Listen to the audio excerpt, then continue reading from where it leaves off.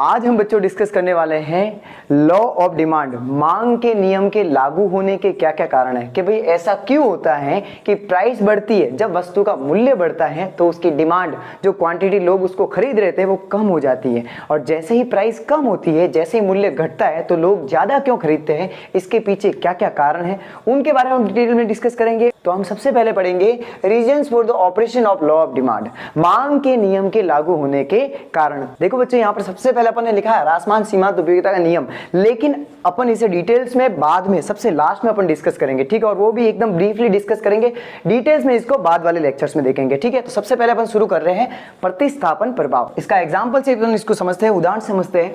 माना कि कोई उपभोक्ता है, राम है, ठीक है। राम क्या कर रहा है, उसके पास दो वस्तु है, एक्स और वाई। y की प्राइस क्या है, 150 रुपए, 150 रुपए, और x की प्राइस भी कितनी है, 150 रुपए। लेकिन राम कौन सा प्रोडक्ट खरीदता है, राम खरीदता है y वाला प्रोडक्ट। कौन सा खरीदता है, y प्रोडक्ट राम खरीदता है। ये दोनों टी है, क्या है, ये भी टी है, ये भी टी है, लेकिन ये हाई क्वालिटी की थी, ठीक है, इसकी भी क्वालिटी सेम लेवल की है, मतलब मगर खरीदता राम किसको है, y को खरीदता है, ठीक है। अब क्या हुआ, मार्केट में इसकी वैल्यू जो 150 थी वो तो वो की वो है, इसकी वैल्यू अब क्या हुई पता है, इसकी वैल्यू हो गई 120 रुपए। कितनी हो गई, 120 रुपए। तो अब क्या होगा पता है, यहां पर राम क्या करेगा, इस y वाली चीज के लिए x को प्रतिस्थापित करेगा। कैसे, क्योंकि अब ये जो x वाली वस्तु है ये इससे इसको क्या लग रही है, 30 रुपए सस्ती लग रही है। क्या लग रही है, 30 रुपए इसकी प्राइस कम लग रही है। तो वो क्या करेगा कि अब भाई चाहे तो ये भी है, इसकी भी 150 वैल्यू थी, पहले इसकी भी 150 थी, लेकिन अब ये क्या हो गई है, सस्ती हो गई है। क्या हो गई है, सस्ती हो गई है। That's why Ram will purchase this item instead of this item. Ram क्या करेगा, 120 वाली आइटम खरीदेगा, क्योंकि यहां पर 30 रुपए की क्या हो गई है, कमी हो गई है। इसको डियर बोलते हैं प्रतिस्थापन प्रभाव, क्योंकि जो महंगी वस्तु थी वो अब उसे कैसी नजर आने लगी है, सस्ती नजर आने लगी है। इस कारण से राम अब किसे खरीदेगा, वस्तु x को, न कि वस्तु y को। पहले किसको खरीदता था, वस्तु y को। तो इस प्रकार से इसको बोलते हैं डियर प्रतिस्थापन प्रभाव, इंग्लिश में बोलते हैं इसको सब्स्टिट्यूशन इफेक्ट। अब हम देखने वाले हैं आय प्रभाव कि इनकम का इफेक्ट कैसे होता है। देखो अब ध्यान से समझना, इनकम का इफेक्ट कैसे होता है, इसको बहुत ध्यान से समझना। जैसे कि मिस्टर एक्स है, ठीक है, ये मिस्टर एक्स, इसके दो बच्चे हैं। कितने बच्चे हैं, दो। दोनों की जो स्कूल फीस है वो कितनी है, 10,000 पर ईयर। ये एनुअल फीस 10,000 इसकी, 10,000 इसकी। तो मतलब टोटल एक्सपेंडिचर एनुअल कितना होता है इसके, 20,000 का। कितना होता है, मतलब कि साल की 20,000 फीस जाती है। और ये जो मिस्टर एक्स है ये किसी कंपनी, ये जेड कंपनी है, कौन सी कंपनी, एक जेड कंपनी है, उसमें वहां पर क्या करते हैं, काम करते हैं। इनकी सैलरी वहां पर है 50,000 पर मंथ। कितनी है, 50,000 पर मंथ इनकी वहां पर क्या है, सैलरी। मतलब हर एक महीने की इनकी सैलरी कितनी मिलती है, वेतन कितना इनका, 50,000। अब बताओ मुझे, ये साल का फीस दोनों का मिलाकर कितना है, 20,000। मतलब इनकी सैलरी से कितना जाता है, 20,000 जाता है इनकी सैलरी से। अब मैं जो कह रहा हूं उस पर ध्यान देना, सैलरी में कोई परिवर्तन नहीं आया, सैलरी में कोई परिवर्तन नहीं आया, लेकिन लॉकडाउन की वजह से जो नया साल आया था उसमें क्या कर लिया, स्कूल वालों ने फीस को, विद्यालय वालों ने फीस को आधा कर लिया। क्या कर लिया, आधा। अब बताओ यहां पर जो 20,000 जा रहे थे उसकी जगह स्कूल वाले ले रहे हैं इनसे 10,000 ही ले रहे हैं, मतलब दोनों के आधे हो गए। तो 5K टोटल मिला के कितने हो गए, 10,000। अब यहां पर ध्यान से समझना, यहां पर क्या हो रहा है पता है, उपभोक्ता की जो सैलरी है, जो वेतन है, वो अभी भी 50,000 ही है, लेकिन पहले 50,000 में से, उसके सैलरी में से 50,000 में से कितना हिस्सा जा रहा था फीस का, टोटल जा रहे थे 20,000। ये देखो 50,000 में से 20,000 किसका जाता था, फीस का जाता था स्कूल का। तो पीछे कितना रहता था, सेविंग्स कितनी होती थी, 30,000 की सेविंग्स होती थी, ठीक है, 30,000 बच जाते थे। लेकिन अब डियर क्या होगा, सैलरी वो की वो फिर से 50,000 ही है, लेकिन अब उसमें से स्कूल फीस कितनी जाएगी डियर, अब उसमें से स्कूल फीस जाएगी 10,000। तो पीछे कितने रहे, 40K, कितने रह गए, 40,000 पीछे रहे। अब बताओ यहाँ पर सेविंग कितनी हुई, पहले 30,000 रहते थे, अब उसकी जगह कितने रहने लगे, 40,000। मतलब 10,000 की सेविंग्स हो गई, और बचत होने के कारण अब इस वो एक्स्ट्रा अमाउंट को कहां यूज कर सकता है, दूसरी आइटम्स को खरीदने में। इसको डियर बोलते हैं इनकम इफेक्ट, या फिर क्या बोलते हैं, आय प्रभाव। तो अगर इसमें आपको कोई डाउट है तो आप मुझे कमेंट सेक्शन में जरूर बताना। और अब ध्यान से समझना, ये जो प्रतिस्थापन प्रभाव था और जो आय प्रभाव था, इन दोनों का मिक्सचर रूप, मतलब कि इन दोनों को जो मिला देते हो तो वो बनता है कीमत प्रभाव, जिसको क्या बोलते हैं, प्राइस इफेक्ट। तो प्राइस इफेक्ट क्या है, mixture of substitution effect and income effect. मतलब कि प्रतिस्थापन प्रभाव और आय प्रभाव को अगर आप जोड़ देते हो तो उसे क्या बोलते हैं, कीमत प्रभाव। ये भी एक इंपॉर्टेंट सवाल है। अब बात करते हैं नए उपभोक्ता। भाई नए उपभोक्ता क्या होते हैं, देखो इसको ध्यान से समझना। माना कि मैं क्या कह रहा हूं, सैमसंग का फोन था, ठीक है, 20,000 उसकी रेट थी। अब आपकी सैलरी है महीने की 10,000, कितनी है 10,000। आप तो भाई वो सैमसंग खरीदना नहीं चाह रहे क्योंकि वो महंगा पड़ रहा है आपको, लेकिन अब सैमसंग वालों ने क्या कर लिया, वो जो सैमसंग 20,000 का था उसकी वैल्यू उन्होंने क्या कर ली पता है, उसकी वैल्यू उन्होंने 15,000 रख ली। कितनी कर ली, 15,000।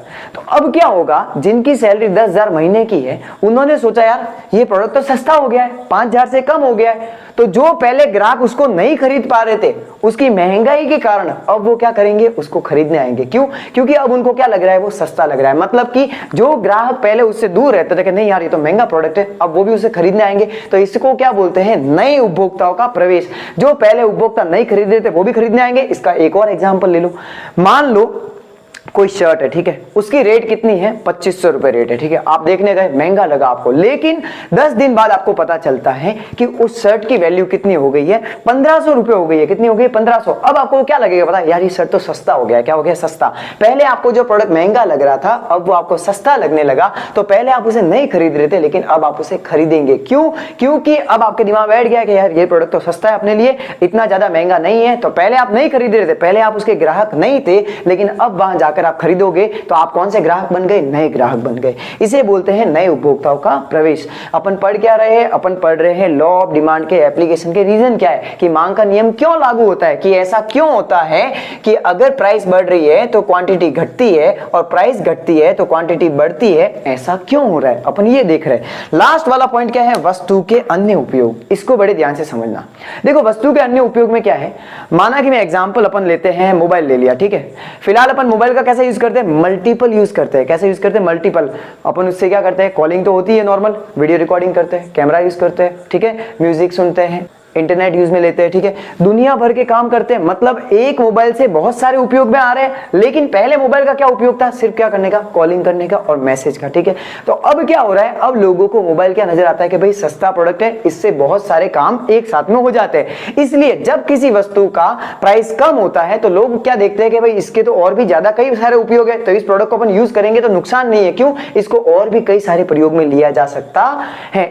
अब जरा और ध्यान से समझना, ठीक है। एक और एग्जांपल देखते हैं, मान लो दूध का एग्जांपल ले लो, पेरिशेबल गुड्स है, लेकिन आपको फिलहाल के लिए बता रहा हूं मैं। दूध है, ठीक है, उसके कितने सारे उपयोग है, बहुत सारे उपयोग है। दूध का क्या कर सकते हो, दही बना सकते हो, मक्खन बना सकते हो, घी बना सकते हो, छाछ बनेगी, बहुत सारे उपयोग है। तो वस्तु क्या नजर आने लगती है, जैसे ही उसकी प्राइस कम हो जाती है तो अपन को लगता है अरे यार दूध तो ले लेते हैं, यूं नहीं कि खाली पीने ही काम आएगा, इसको और भी कामों में ले सकते हैं। मतलब छाछ बन सकती है, दही बन सकता है, मक्खन बन सकता है, घी बन सकता है, सारे काम हो सकते हैं। मतलब एक प्रोडक्ट के मल्टीपल यूज है, तो आप उसको देखते हुए उसको क्या करते हो, यूज करते हो। ह्रासमान सीमांत उपयोगिता का नियम। देखो आपको एक बात ध्यान रखनी है, ये जो यहाँ पर पॉइंट लिखा हुआ है ये बहुत ही डिटेल में हम डिस्कस करेंगे आगे वाले लेक्चर्स में। यहां पर तो मैं आपको इतना शॉर्ट में बता दूं, पहले बात करते हैं कि सीमांत उपयोगिता, ये जो वर्ड लिखा हुआ है सीमांत उपयोगिता, ये होती क्या है। तो देखो इसको समझने के लिए आप ऐसा मानो कि किसी प्रोडक्ट से मिलने वाला आपको जो सुख है, उसकी जो उपयोगिता, उसका जो फायदा है, उसको क्या मानो, उपयोगिता। क्या मानो कि भाई इस चीज से, जैसे मान लो ये मार्कर है, ये मेरे लिए कब उपयोगी है, जब मैं इसको लिखने के काम में ले रहा हूं और ये लिखने के काम में आ रहा है, तो ये मेरे लिए क्या हो गया, उपयोगी, ठीक है। अब सुनना ध्यान से, अगर मैं इसको यूज कर रहा हूं, उपयोग में आ रहा है, तो ये तो हो गई इसकी उपयोगिता। लेकिन अगर मान लो यहां पर मेरे पास एक मार्कर है तो उसका बेस्ट यूज होगा, दो मार्कर तो और अच्छा यूज होगा। लेकिन जरूरत से ज्यादा मार्कर जब मैं यूज करने शुरू करूंगा तो एक टाइम के बाद वो मेरे लिए क्या हो जाएंगे, फालतू की चीज हो जाएगी, वेस्टफुल थिंग्स हो जाएगी। मतलब उसका उपयोग मेरे लिए कुछ नहीं रहेगा, मतलब और भी मेरे लिए वो नुकसान होगा। इसको आप ऐसे भी समझ सकते हो कि मान लो कोई अपन ने खुदाई के लिए, कार्य के लिए कुछ लोग बुलाए, ठीक है, वो कुछ खुदाई कर रहे हैं वहां पर।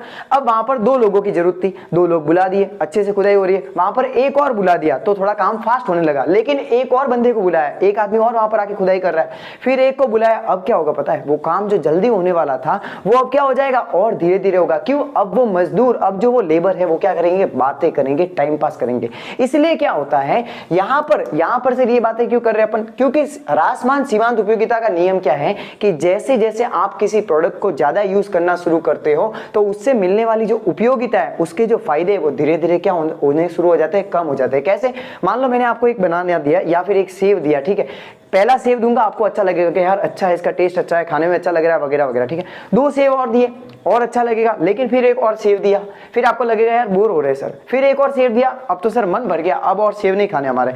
लेकिन अगर मैं वहां पर प्रोडक्ट चेंज कर लूं, अब उसकी जगह मैं आपको मान लो दे दूं अपने बादाम दे दूं आपको अच्छी लगेगी, फिर वापस मैंने आपको बनाना दे दिया, केला दे दिया, अच्छा लगेगा। क्यों? यहाँ पर प्रोडक्ट क्या हो रहे हैं, चेंज हो रहे हैं। लेकिन जब आप एक ही प्रोडक्ट को बार बार यूज करते हो तो उसकी उपयोगिता क्या हो जाती है, कम हो जाती है। तो यहाँ पर फिलहाल क्या है, यहाँ पर ऐसा मान रहे हैं कि ह्रासमान सीमांत उपयोगिता का नियम क्या कहता है कि एक उपभोक्ता तभी तक, मतलब उसी लेवल तक किसी प्रोडक्ट पर खर्चा करता है, उसको कंज्यूम करता है जिस लेवल पर उसकी मार्जिनल यूटिलिटी किसके बराबर हो जाती है, प्राइस के बराबर। मतलब जितना वो मूल्य चुका रहा है, अगर उसकी मार्जिनल यूटिलिटी सीमांत उपयोगिता के बराबर है उतना वो मूल्य चुकाएगा। लेकिन अगर मान लो वस्तु का मूल्य बढ़ जाता है, क्या होता है, वस्तु का मूल्य बढ़ जाता है, तो अपन क्या देखते हैं, वस्तु का मूल्य बढ़ता है तो उसकी जो डिमांड है वो कम हो जाती है। क्यों हो जाती है? क्योंकि उस वक्त उपभोक्ता को लगता है कि जो मार्जिनल यूटिलिटी उसे मिल रही है वो क्या है, कम मिल रही है। क्या मिल रही है? कम। तो उसको बराबर करने के लिए वो क्या करता है, उस पर कम स्पेंड करता है। तो क्या हो जाएगा, जो मार्जिनल यूटिलिटी है जो उसके कम थी, क्या थी, कम थी प्राइस से, अब वो क्या हो जाएगी, जैसे उसका कम स्पेंड करेगा, मतलब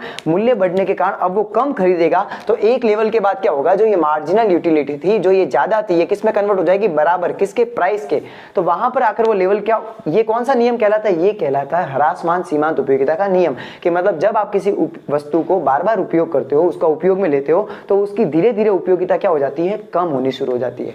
तो इस प्रकार से हमने पहला रीजन क्या देखा, ह्रासमान सीमांत उपयोगिता का नियम। इसको हम डिटेल्स में बाद में फिर से देखेंगे, इसलिए आपको फिलहाल इतना ही दिमाग में रखना है, ठीक है। तो ये हमने क्या देखे, मांग के नियम के लागू होने के कारण है। तो इस प्रकार से हमने आज क्या क्या सीखा डियर, आज हमने सीखा कि मांग के नियम के लागू होने के कौन कौन से कारण है। अगर आपको इस पूरे लेक्चर में कहीं पर भी कोई छोटा सा भी डाउट है तो आप मुझे कमेंट सेक्शन में बताइए, और इस वीडियो को अपने सभी फ्रेंड्स के साथ जरूर शेयर करें। तब तक के लिए पढ़ते रहिए, स्वस्थ रहिए, मस्त रहिए। Thanks for watching. जय हिंद, वंदे मातरम।